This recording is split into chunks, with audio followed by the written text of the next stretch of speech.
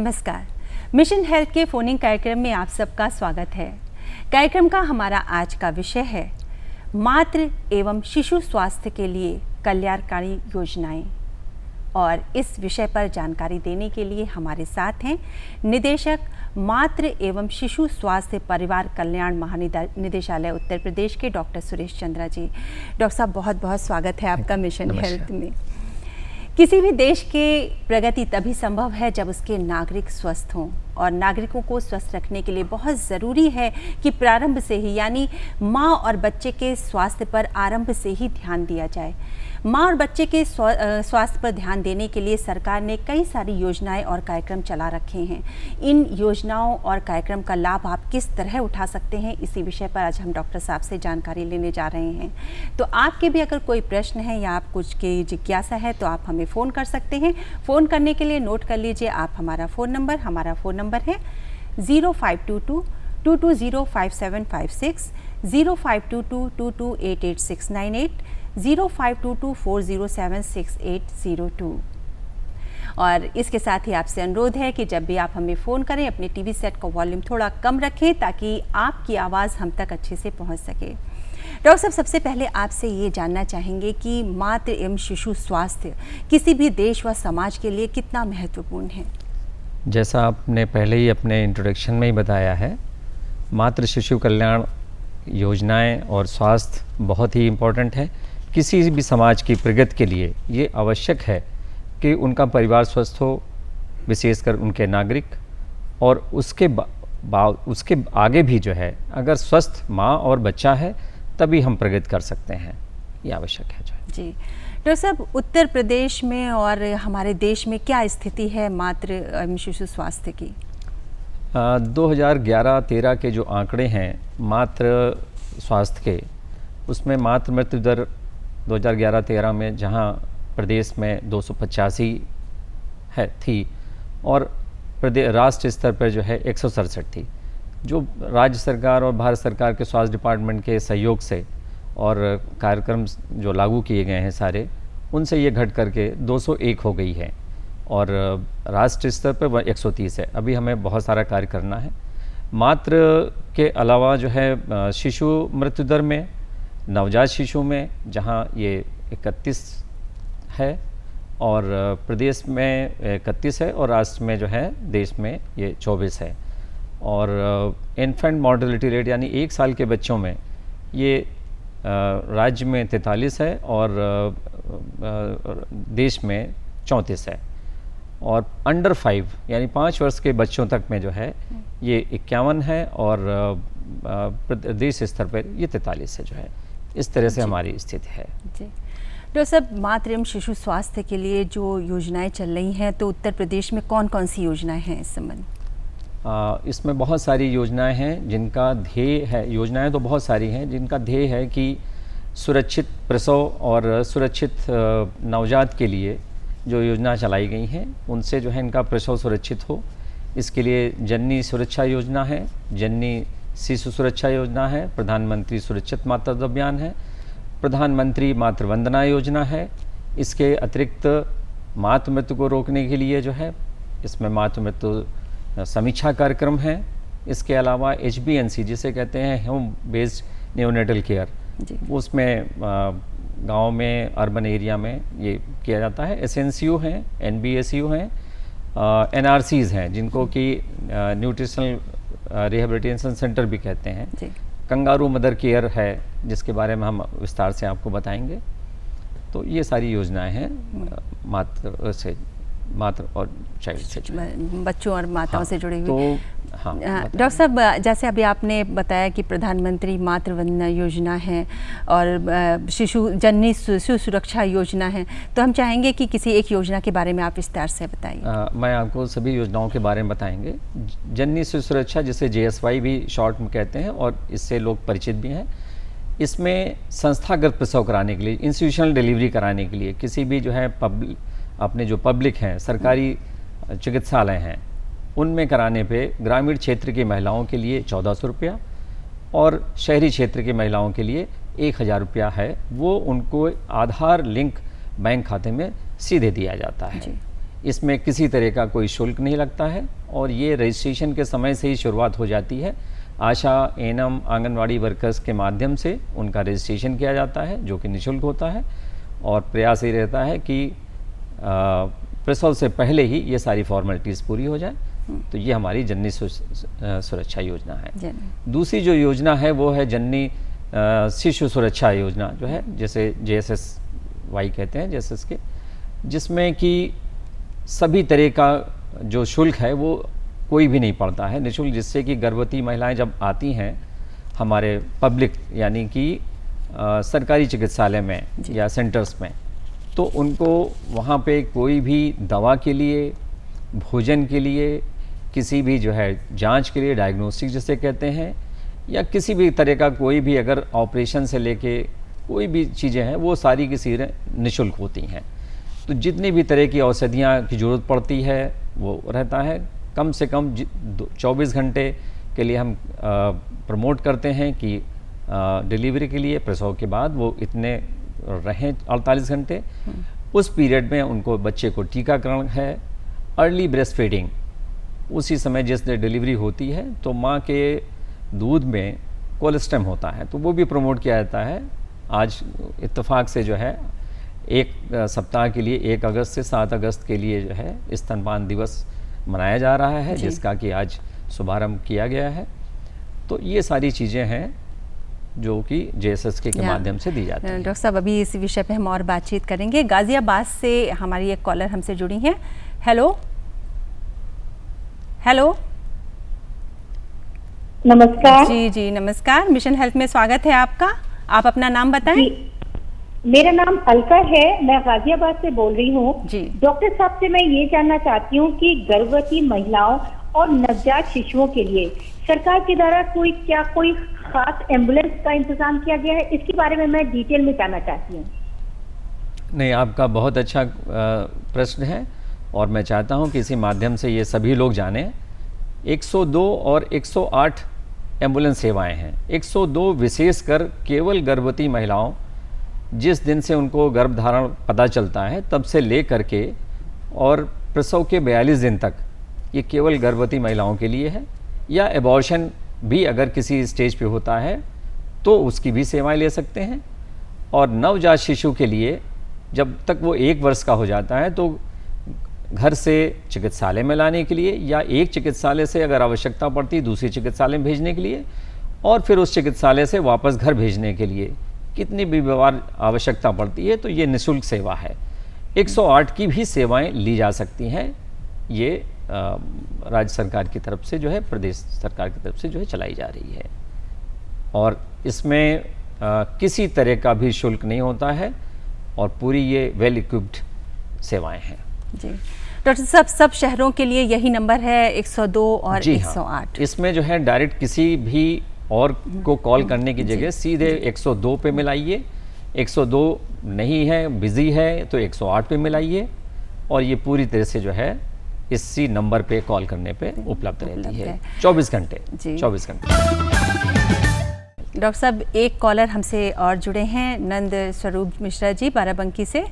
Hello नमस्ते madam. नमस्कार sir, मैं नंद स्वरूप मिश्रा हूँ, बाराबंकी गाँव बतौली तक। जी स्वागत है। जानना चाहता हूँ कि जो मातृ शिशु की योजनाएं, कल्याणकारी योजनाएं बनाई गई हैं, इनमें ग्रामीण क्षेत्रों के लिए, शहरी क्षेत्रों में इनमें क्या अंतर है और ग्रामीण क्षेत्रों के लिए क्या लाभ दिया जाता है और शहरी क्षेत्रों के लिए क्या लाभ दिया जाता है?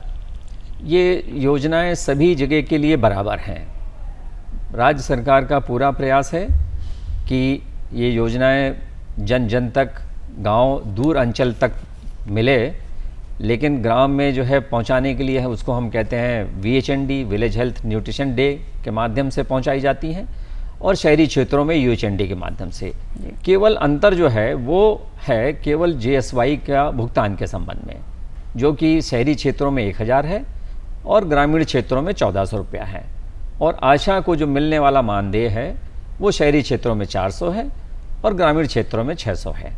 वो उनका रजिस्ट्रेशन से लेकर के डिलीवरी तक के लिए उनके प्रयास करती हैं कि वो संस्थागत प्रसव कराएं और उसमें पूरा उनका सहयोग रहता है। डॉक्टर साहब, सुरक्षित जो प्रसव कराने के लिए, इसके लिए क्या सरकार की योजनाएं हैं? सरकार की जो है, राज्य सरकार की, भारत सरकार की योजना ये है कि जिस दिन से भी पता चले कि कोई भी महिला गर्भवती है, वो सबसे पहले जो है अगर उसको पता चलता है तो आकर के अपनी नियरेस्ट जो भी चिकित्सीय इकाई है वहाँ जा कर के अपना रजिस्ट्रेशन कराए, दिखलाए, और वहीं से शुरू हो जाता है हमारा दायित्व, स्वास्थ्य विभाग का दायित्व कि हम उनकी पूरी निःशुल्क चिकित्सा सुविधा जो है हर स्तर की उपलब्ध कराएं। तो विलेज हेल्थ न्यूट्रिशन डे कहलाता है, ग्राम स्वास्थ्य दिवस, जिसमें कि आशाओं के द्वारा उनको उस दिवस में, जो कि बुधवार और शनिवार को मनाया जाता है, उनके माध्यम से वहाँ आएँ और उनका ब्लड प्रेशर, उनका वज़न, हीमोग्लोबिन, उनकी यूरिन की जांच और HIV, सिफिलिस, इस तरह के टेस्ट जो है वहाँ किए जाते हैं। और सेम थिंग जो है अर्बन एरिया में, शहरी क्षेत्रों में भी यही चीज़ की जाती है। दूसरा जो है प्रधानमंत्री सुरक्षित मातृत्व दिवस मनाया जाता है, जो कि हर महीने की, हर मास की 9 तारीख को, अगर किसी वजह से उस दिन अवकाश है तो उसके दूसरे दिन जो हमारी CSCs हैं, प्राइमरी हेल्थ सेंटर हैं, जिला अस्पताल हैं, वहाँ मनाया जाता है। और उसके माध्यम से द्वितीय या तृतीय त्रैमास, जिसे ट्राइमेस्टर कहते हैं, उसमें जो है उनको निःशुल्क सेवा दी जाए। कम से कम एक जांच एक MBBS चिकित्सक द्वारा या विशेषज्ञ के द्वारा उनको दी जाए। तो ये सारी जांचें की जाती हैं। अल्ट्रासाउंड की सुविधा रहती है। एक जगह से दूसरी जगह अगर फैसिलिटी में ले जाना है तो 102 की सेवाएं मिलती हैं। और ब्लड की अगर आवश्यकता है तो वो भी निःशुल्क दिया जाता है जी। सबसे बड़ी बात यह है कि अगर कोई बात होती है उसके लिए पहले डोनर की व्यवस्था करते होती। अब जो है राज्य सरकार का, भारत सरकार का ये है कि निःशुल्क ब्लड उपलब्ध कराया जाता है। डॉक्टर साहब, रेखा पांडे जी बहराइच से हमसे जुड़ी हैं। हेलो। हेलो। हाँ रेखा जी, स्वागत है मिशन हेल्थ में, आप अपना प्रश्न पूछिए। हम रेखा पांडे बोल रहे हैं बहराइच से जी। हमारा प्रश्न यही कि जो आयु वर्ग है ये सभी लोगों के लिए कि एक ही लोगों के लिए है? क्वेश्चन जरा आप फिर से बताइए। हमारा क्वेश्चन है कि जो आयु वर्ग है ये सभी के लिए है कि डॉक्टर साहब ये जानना चाह रही हैं कि ये इन योजनाओं का लाभ क्या सभी आय वर्ग के लोग ले सकते हैं? हाँ, ये योजना जो है सभी आय वर्ग के लिए है। संस्थागत प्रसव होना चाहिए और जनरल वार्ड में अगर JSY का है, JSSK का लाभ सभी को मिलेगा, किसी भी आय वर्ग के हैं। प्रधानमंत्री मातृ वंदना योजना, जिसमें कि अभी डिटेल में हम फिर बताएंगे, 5,000 रुपया इसमें मिलता है। तो ये अगर किसी माध्यम से अगर कोई भी लाभ आप जो है जैसे सरकारी सेवा में हैं या सेमी गवर्नमेंट सर्विस में हैं, अगर वो विभाग की तरफ से मिल रहा है तो उनको छोड़ करके सभी के लिए है ये।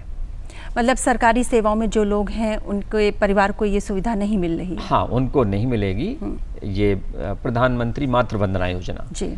JSY की जो है वो 1,000 और 1,400 वो सभी को मिलेगी, लेकिन उसके लिए ज़रूरी है कि जो जनरल वार्ड है, सामान्य वार्ड में उन्होंने भर्ती हुआ और वहाँ पे उनकी डिलीवरी हो।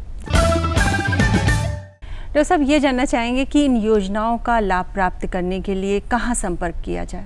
इनके लिए तो आपको सभी जो हमारी स्वास्थ्य इकाई हैं उनमें से किसी भी जो आपका नियरेस्ट है उसमें जाने पर आपको ये सुविधा मिलेगी। और वहाँ पे अगर ये चिकित्सक के द्वारा में देखा जाता है कि जांच के बाद पता चलता है कि ये हाई रिस्क प्रेगनेंसी है, यानी जोखिम भरी प्रेगनेंसी है, तो वो उनको दूसरे उस चिकित्सालय में जहाँ उस लेवल की सुविधा उपलब्ध है वहाँ रिफ़र किया जाता है। लेकिन हर जगह ये निःशुल्क है।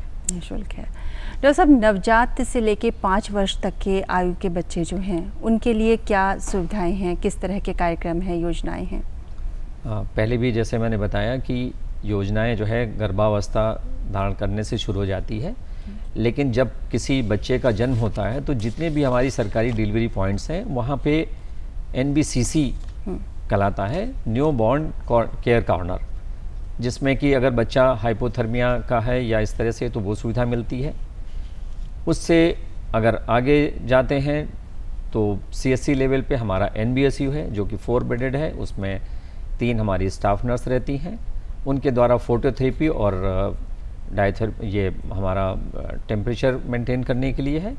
और SNCU हैं, जितने हमारे जिला चिकित्सालय हैं, महिला चिकित्सालय, उसमें सिक न्यूबॉर्न केयर है।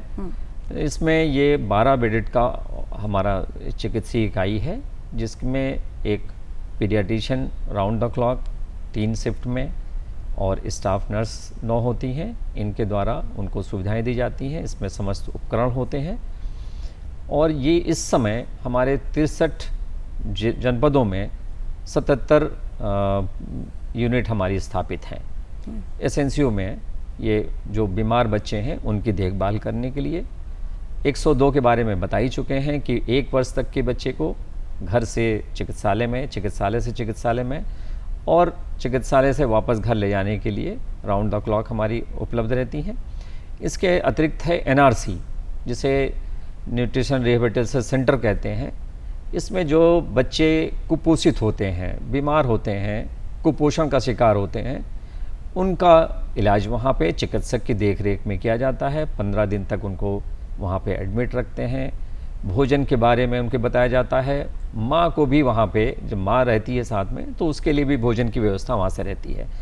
और ज़्यादातर गरीब परिवार से बच्चे होते हैं जिनको कि इस तरह की है कि अगर उस बीच में अगर वो काम करती हैं तो उनका नुकसान होता है, तो 50 रुपये राज्य सरकार की तरफ से, भारत सरकार के उससे ये भी दिया जाता है। इसके अलावा हमारा राष्ट्रीय बाल स्वास्थ्य कार्यक्रम है, जिसमें एक टीम होती है, 4 सदस्यीय टीम होती है। वो आंगनवाड़ी सेंटर और स्कूल में जा कर के, आंगनवाड़ी सेंटर में 6 सप्ताह के ऊपर के बच्चों से लेकर के 6 वर्ष तक के बच्चों को वहाँ पे उनके द्वारा देखा जाता है। और अगर ये लगता है कि ये बच्चा बीमार है, उसमें कोई कमी है, किसी डिफिशेंसी है या डिजीज़ है या डिसेबल्ड है या कोई डिफेक्ट है, तो उसको डिस्ट्रिक्ट अर्ली इंटरवेंशन सेंटर के माध्यम से जिस स्तर पे उसका इलाज होता है वो वहाँ भेजा जाता है। और इसके लिए निःशुल्क व्यवस्था है हमारे समस्त मेडिकल कॉलेज में और हमारे जिला चिकित्सालय में। इस तरह की सुविधाएं दी जाती है। डॉक्टर साहब, लखनऊ से मनस्वी हमसे जुड़ी हैं। हेलो हेलो जी मनस्वी जी, स्वागत है मिशन हेल्थ में। आप अपना प्रश्न नमस्कार मैम, मैं डॉक्टर साहब से जानना चाहती हूँ, मातृ और शिशु स्वास्थ्य के लिए जो योजनाएं चल रही हैं उसके लिए रजिस्ट्रेशन कैसे कराया जा सकता है? ये योजनाएं सब, जैसा मैंने पहले ही बताया है, निःशुल्क हैं। रजिस्ट्रेशन के लिए अपनी जो भी नियरेस्ट इकाई है, चिकित्सा इकाई है, सरकारी है, वहाँ पे जाएं और वो एक कार्ड मिलता है जिसको हम MCP कार्ड कहते हैं। उसमें MCTS नंबर होता है, माता का रजिस्ट्रेशन नंबर दिया जाता है, ये यूनिक आईडी है। वो एक माता के लिए किसी भी प्रदेश में किसी भी जगह जाएंगे वो नंबर वही रहता है, कोई अलग से नहीं मिलता है। उसके बाद उसका अगर कोई फाइनेंशियल अगर हम देते हैं, राशि दी जाती है, तो उसके लिए ज़रूरी है कि उसका एक बैंक अकाउंट हो और वो आधार लिंक होना चाहिए। प्रधानमंत्री मातृ वंदना योजना के लिए भी यही चीज़ है, लेकिन उसमें शिशु के या उसके पिता का भी उसमें नंबर होना चाहिए, आधार लिंक होना चाहिए, तब ये सुविधाएं मिल जाती हैं। प्रधानमंत्री मातृ वंदना के लिए 3 फॉर्म भरे जाते हैं। ए फॉर्म होता है जिस समय ये पता चलता है कि प्रेगनेंसी हुई है, उसी समय अर्ली रजिस्ट्रेशन पे। दूसरा जो है जांच के उपरांत, जब पहली जांच हो जाती है, टिटनेस के टीके लग जाते हैं। और तीसरा जो है उस समय जब डिलीवरी होती है और प्रथम टीकाकरण का चक्र पूरा हो जाता है, जिसमें BCG, ओरल पोलियो, हेपेटाइटिस, ये टीकाकरण हो जाते हैं, तो उसके बाद ये मिलता है। डॉक्टर साहब, जो मातृ एवं शिशु स्वास्थ्य के लिए योजनाएं चलाई जा रही हैं, इनकी जानकारी करने के लिए क्या कोई टोल फ्री नंबर भी है? हाँ, इसका जो है एक टोल फ्री नंबर है 1800 180 1900, 1800 180 और 1900।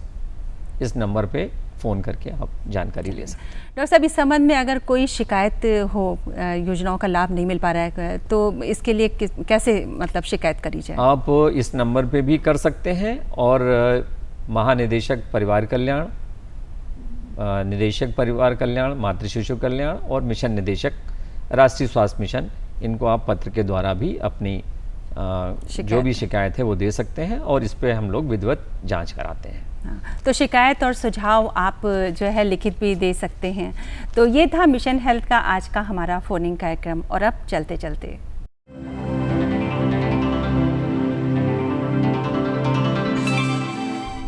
चलते चलते में दर्शकों हम आपसे एक प्रश्न पूछते हैं और उस प्रश्न का सही उत्तर भेजने वाले दर्शकों में से किसी एक दर्शक के पत्र का चयन हम लकी ड्रॉ के द्वारा करते हैं, फिर आमंत्रित करते हैं उन्हें अपने यहाँ स्टूडियो में। तो नोट कर लीजिए हमारा आज का प्रश्न। हमारा प्रश्न है, जननी सुरक्षा योजना में संस्थागत प्रसव के लिए कितनी आर्थिक सहायता मिलती है?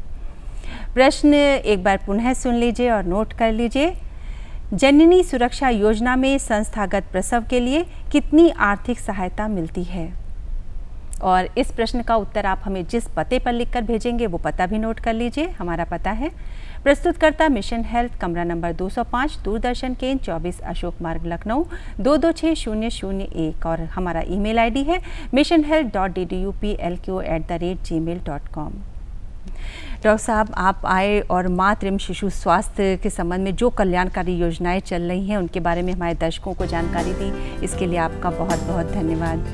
और आपसे भी हम उम्मीद करते हैं कि इन योजनाओं और कार्यक्रमों का पूरा लाभ उठाइए, क्योंकि ये योजनाएं आपके लिए ही बनी हैं।